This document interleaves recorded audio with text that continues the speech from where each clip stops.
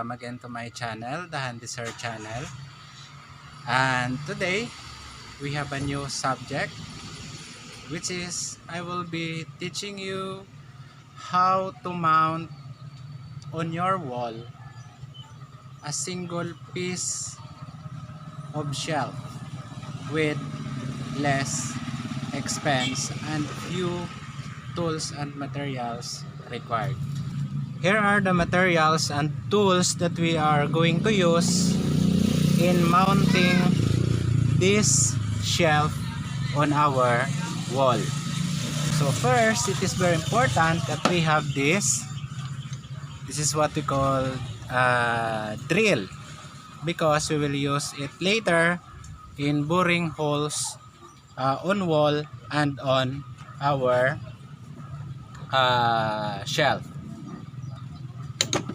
Next is the spirit level, or they call this one level bar or bar level. Then the claw hammer,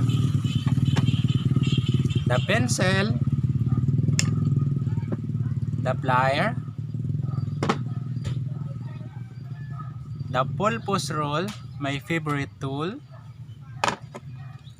and then this is an old bamboo sticks, or you can use also made of wood sticks. Then the finishing nails, the masonry bit, and then the bit for wood, and then a spare of wood or plywood. So we will use this also later. Okay, so let's go to the area so that we can start mounting our wall shelf. So right now guys, I am here at the back portion of my house, wherein this wall will be our temporary wall that we will use it for mounting our temporary also wall shelf. Okay, so the first thing to do is we are going to measure if how tall will be our wall shelf from the floor going up. So supposing it is 5 feet, so you will mark there 5 feet. Then after that, you will need your level bar or spirit level, so that you can mark a straight horizontal line.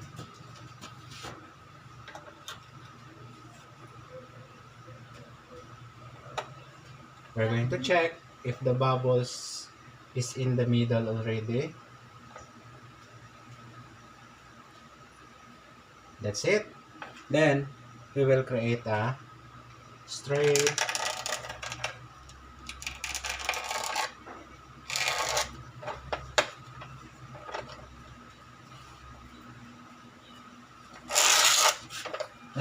horizontal line. So this horizontal line will be our guide in mounting our temporary wall shelf. Okay, so this will be our sample wall shelf to be mounted here. If you notice, no design yet, because this is just what you call for demonstration purposes. So it will be mounted here later, just like this one. But take note, I will not use any bracket because I want to save money. I want to finish my mounting with less expenses. So the length of my shelf is 12 inches or 1 foot. So I will be going to divide it into 3, so that I can put here a nail that will be my medium in order for this shelf to be mounted on the wall. So I will put one nail here sa 2 inches, 6, and then 10. So I have to put 3 nails. One here, then here, then here. Okay? First, I have to mark holes here.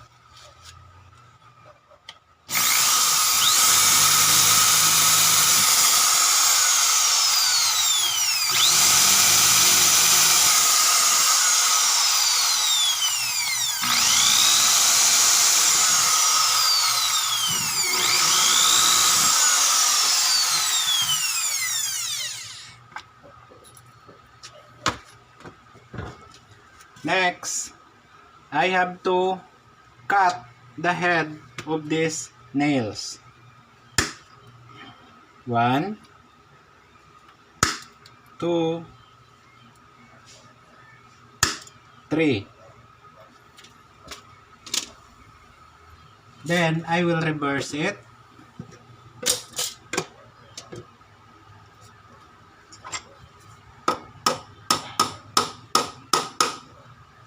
One,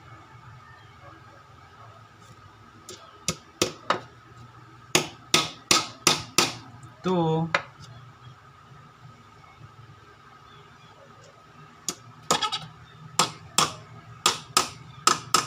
okay, 3. Next,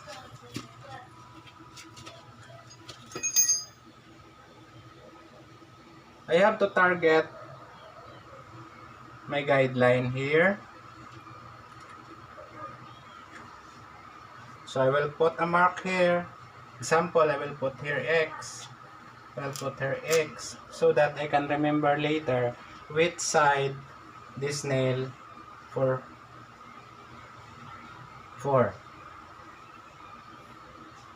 So I'll put a mark here.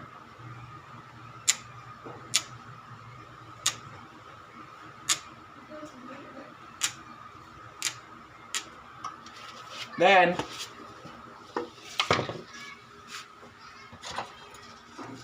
I have to replace the bit of my drill. Okay guys, I already done replacing the bit of my drill. Then as you can see, the bit is quite bigger. So I have to check if my stick is bigger compared with the bit, because it is important that a little bit this is bigger compared with this one. So I will start now drilling holes on the wall.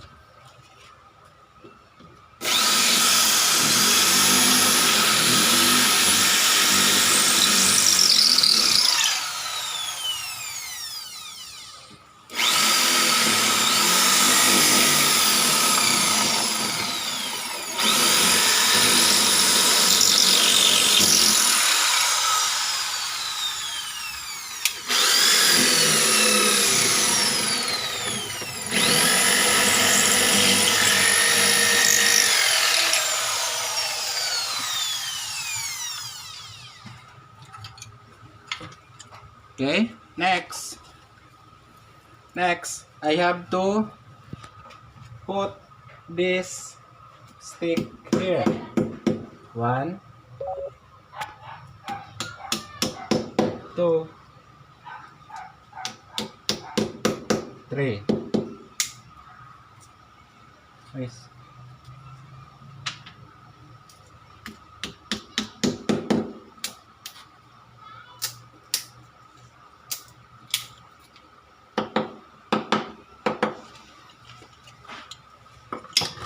Okay, then I will check.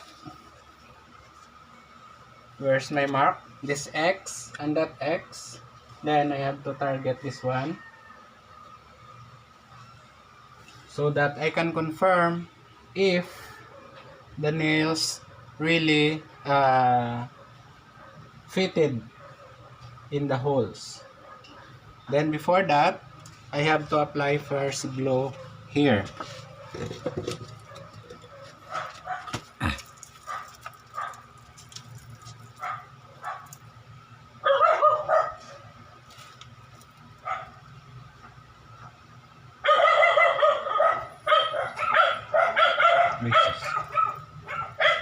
Now, I have to start mounting my shelf.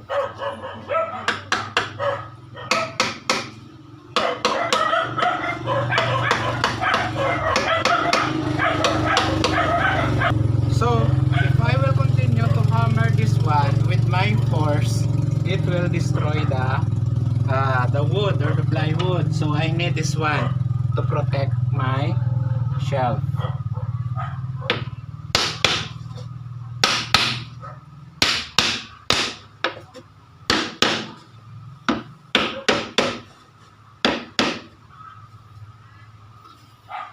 Okay, so it is done.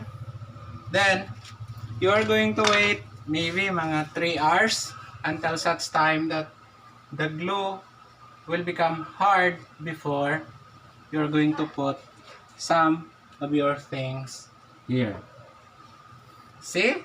So that's how simple is to mount a piece of shelf on the wall. So take note guys, this is quite less expensive compared if you're going to purchase stainless bracket or steel bracket, or you're going to fabricate wooden bracket. So that's a sort of another work and another money to buy. So that's all for today guys. So I hope that you learn something and you can use my style so that you can mount a simple shelf on your wall in your respective home. Even a high school student can do this one as long as you have the tools that I have mentioned. Thank you guys, and I hope that you will continue to be with me and continue to watch my videos, continue to share it, and don't forget to subscribe. Thank you guys.